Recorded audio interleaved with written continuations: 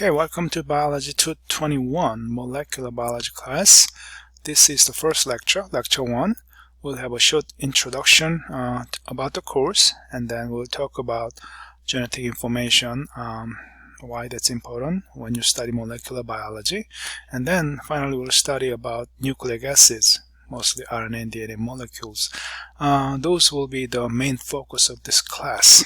Okay, so introduction, I think I'll skip this slide because we'll have a virtual meeting. So that's when you're going to introduce ourselves to the entire class.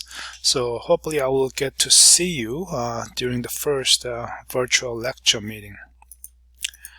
Okay, so this slide, if you look at this diagram, it's a kind of simplified diagram showing single cell. Okay.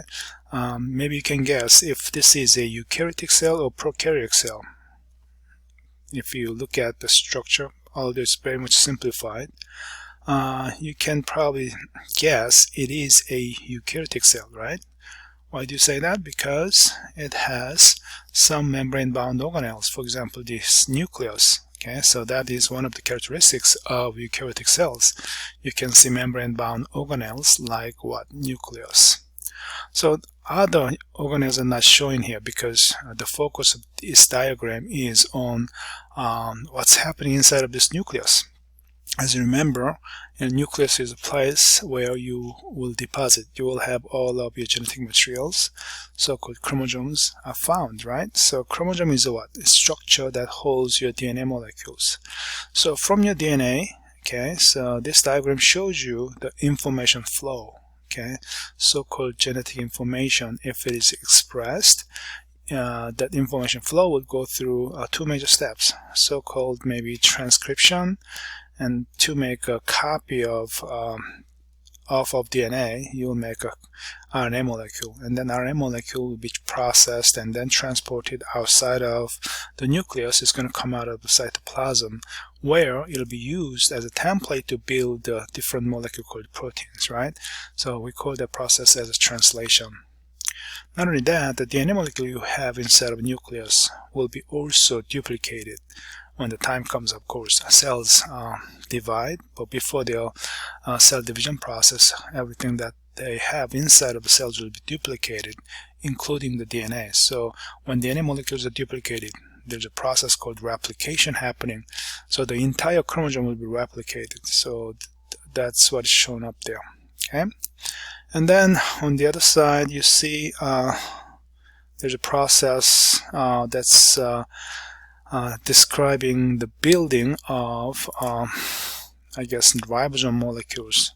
Ribosome, as you can see, are used here as maybe workplace where the protein molecules are synthesized through a process called translation.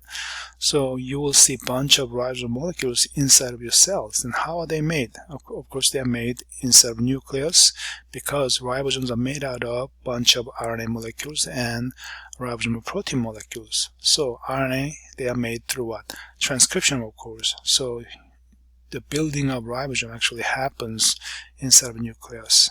Okay. So this diagram I selected because it shows you a lot about these processes, so-called central dogma processes, and those will be the main focus of your study in this class. Okay, and besides, what you see is what maybe some viruses that can also infect maybe eukaryotic cells or prokaryotic cells. Some viruses carry DNA genome, some viruses carry RNA genome.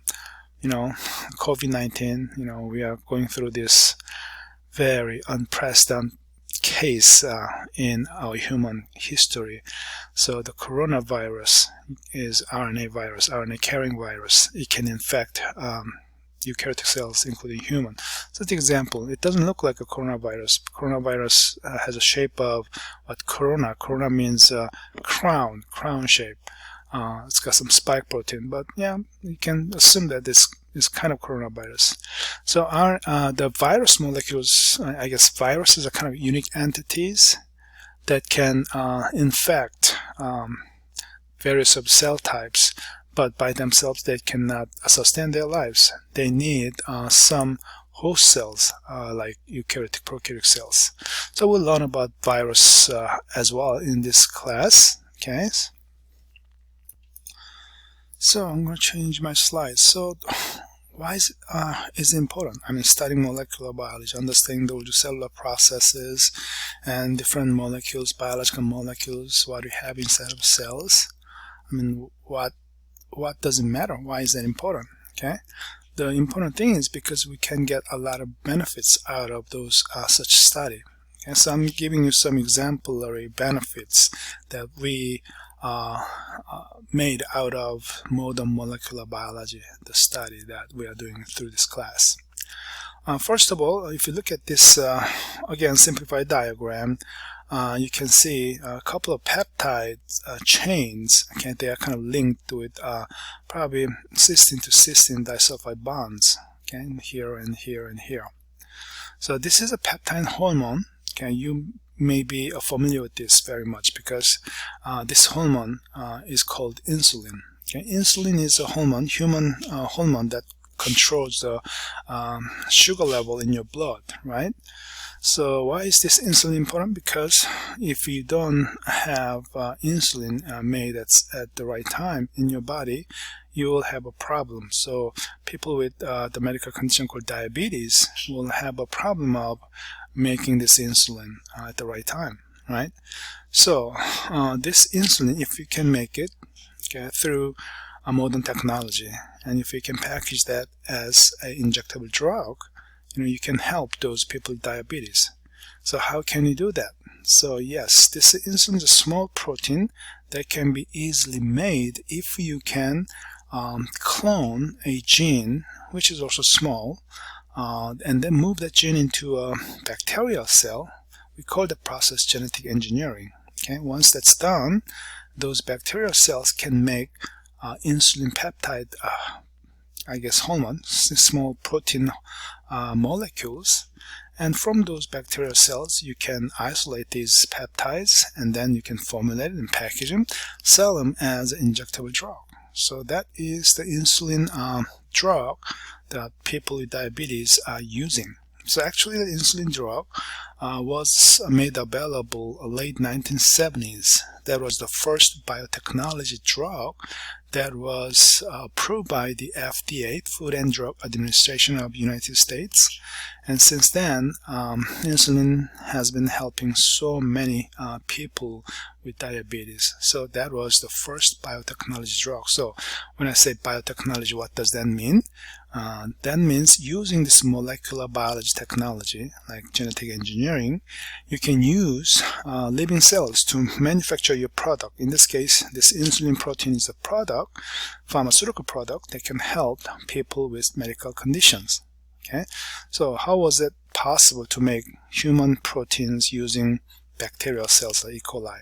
Because we understood the DNA that can make insulin peptides, and we could manipulate those DNA by isolating from human cells and moving that DNA into bacterial host cells, and from there we were able to make human proteins, and then once that was possible, we were able to make injectable drugs out of it. So it's a medical breakthrough that was made possible through modern molecular biology. All right. On the other side, you see this huge protein molecule. So if compared to insulin, it's much larger. Now, this is kind of a three-dimensional model of human antibody immunoglobulin molecule. So antibody immunoglobulins are made out of 4 polypeptides, one large polypeptide, another large polypeptide, and 2 small polypeptides. It's an antibody immunoglobulin. Okay, why are antibodies important? Because antibodies are protein molecules, huge protein molecules that are made by your immune cells, like B cells and T cells, right? So those molecules are made because your immune system is using these antibody molecules to fight up infectious agents that are coming into your cells. So think about, coronavirus, the COVID-19. When the virus comes in, okay, if you have these antibodies that can recognize the coronavirus, this can bind on the coronavirus and then activate your immune cells, like T cells, killer cells, macrophages, and then they can attack coronavirus and get rid of them. So you don't have any problem with that, right? So the reason why we are getting the vaccination with coronavirus vaccine is those vaccines will activate your immune cells to make these antibodies against those coronaviruses. So these antibodies are important. So another important reason for these antibodies is modern days, 21st century, a lot of these antibody molecules are generated against the cancer cells of different kinds, human cancer cells, breast cancers, brain cancers, lung cancers, okay? And then these monoclonal antibodies, the antibodies are used as anti-cancer therapy. So if, for example, this antibody recognizes maybe breast cancer cell, okay, because it can bind on the surface protein of breast cancer cell, then this antibody can bind on the breast cancer cell and activate your immune cells to attack the breast cancer cells happening inside of the human body. When that happens, then, instead of using toxic chemical drug, so-called chemotherapies, you can use your own immune system to get rid of cancer cells. So there are a lot of those anti-cancer drugs that are made with these monoclonal antibodies these days. Okay, so then how do we make these monoclonal antibodies? Again, we do that using genetic engineering. If we can identify the DNA, they can make a functional antibody that can bind on cancer cells, and those DNA can be cloned and moved into an animal cells, like a Chinese hamster ovary cells, and then those cells can be grown inside of a growth chamber. We call them bioreactors. And then from those bioreactors, you can make a lot of these antibodies, and then you can isolate those proteins and again formulate them, package them, and sell them as an injectable drug, just like insulin. Okay, so a lot of anti-cancer drugs have made their way.